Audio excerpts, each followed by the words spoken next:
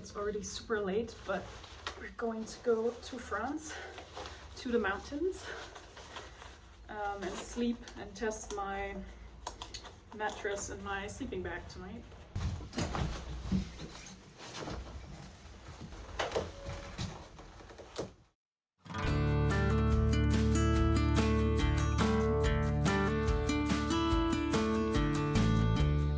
My goal was to ride to the north of the French mountain range Vosges and camp in a little hut.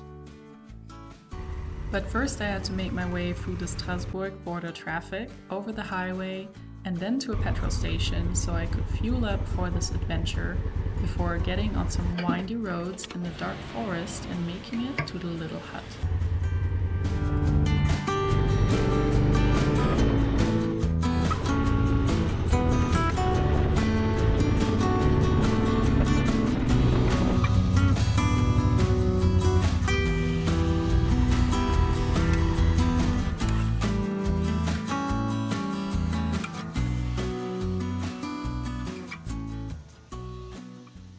This is the hut that I'm in. I was here, I reckon about 3 years ago with some friends, and I actually slept on the table back then.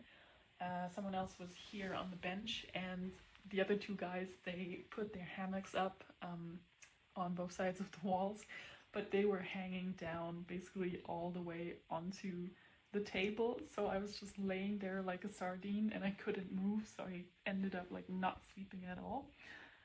But I think I'll do the same today. I'll also sleep on the table on my air mattress because there's a good amount of spiders that I would like to avoid. And also I think at least 1 or 2 mice that I've heard running around. So I'll choose this spot up here.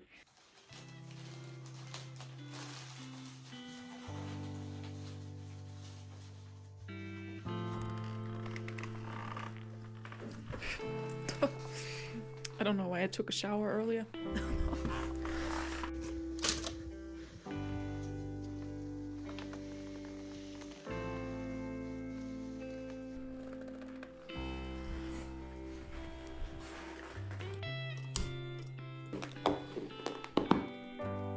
There's pasta all over my bed. Damn it.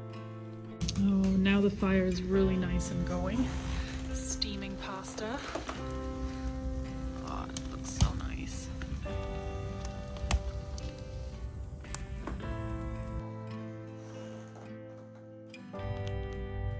At home, you feel like really comfortable. You have full walls around you, comfy bed, like a door you can close, whatever. And so as soon as I'm outside, like my senses are super heightened. I hear every little bit of wind in the trees. There's some mice crawling around somewhere, so you hear them scratching. So everything kind of like makes you listen up and you're kind of like tense. But I think just like with everything, you have to do it more often and you quickly realize what is normal sounds of nature that we're not used to anymore.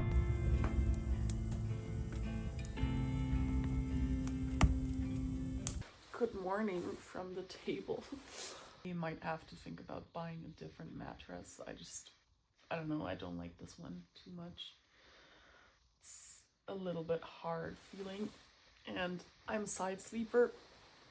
I forgot my pillow, I forgot my toothbrush.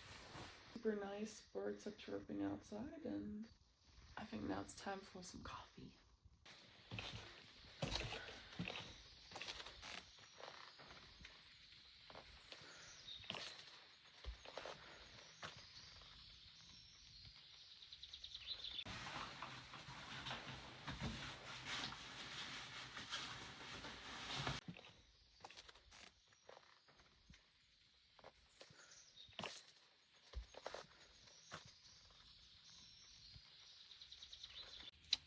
This is really cool, a Swiss startup, coffee in a tube, no normal coffee. Really nice guys.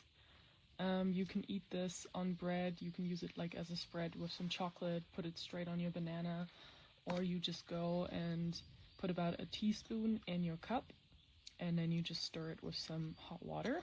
Today we're going to have some pasta flavored coffee because this pot is still pretty dirty. Cheers. This is super nice when you're on the road like this. You don't want to have coffee filters, coffee grounds, and there's no trash afterwards. Okay, let's go.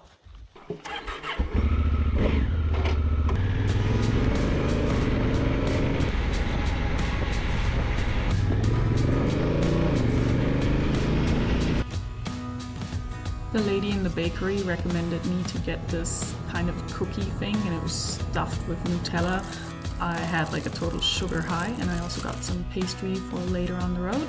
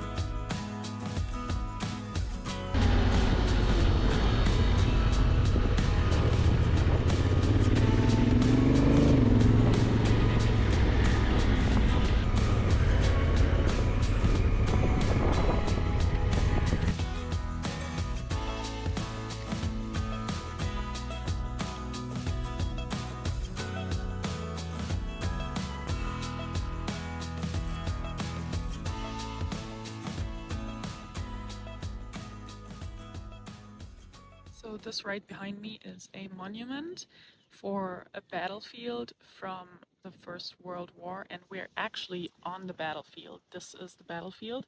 They decided to have the memorial right here where the fighting took place over 100 years ago. This hill is 627 meters high, which makes it one of the highest in this area, and therefore it became a strategic battlefield.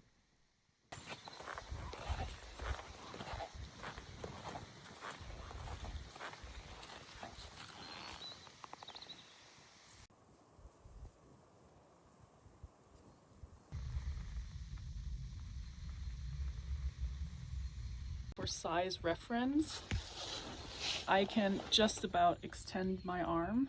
This is the width, and then the length might be just 2 meters. As you can see, it's very short. And then you go through this narrow corridor back outside.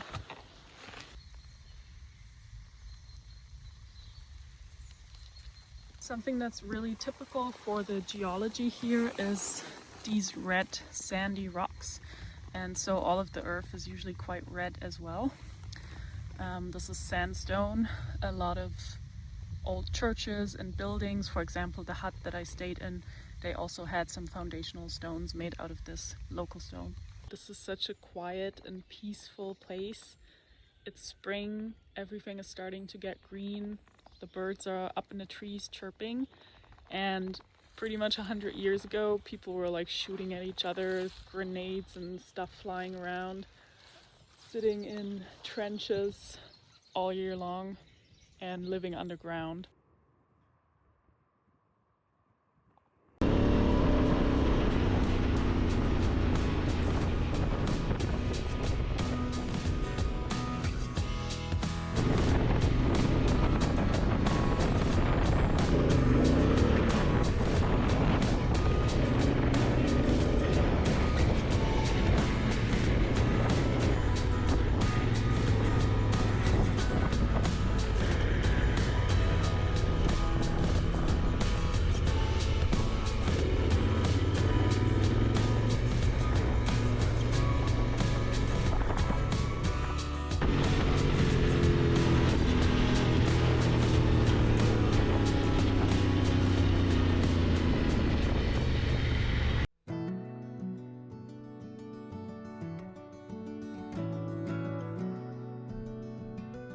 Since I'm already in this area, I want to show you another very important historical site. This is the concentration camp Natzwiller. We we are now moving from the First World War to the Second World War time period. And the Alsace region has a long history of basically going back and forth from France to Germany. And during the Second World War, Germany occupied this area again. In 1941, the Germans built this concentration camp to mine pink granite in the surrounding mountains. Later on, aircraft components were built here using forced labor by the prisoners. During 4 years, over 50,000 people went through this camp and the subcamps in the area. You can visit the concentration camp compound, but sadly I arrived too late in the evening and it was just closing down. Right behind me, you can see two buildings. This right here used to be a restaurant, and the smaller building was just an extra house that also belonged to the restaurant. But when the Germans came here and occupied this area again, they built right next to here a concentration camp. And this building right here was converted into a gas chamber where they did kill people, and they also did medical experiments on people. This is the only concentration camp in France, and because of this special location, it was also the very first one to be discovered by advancing US military troops in 1944. By that time, the camp was vacant, all of the prisoners had been evacuated and moved to different concentration camps, mainly Dachau in the east of Germany.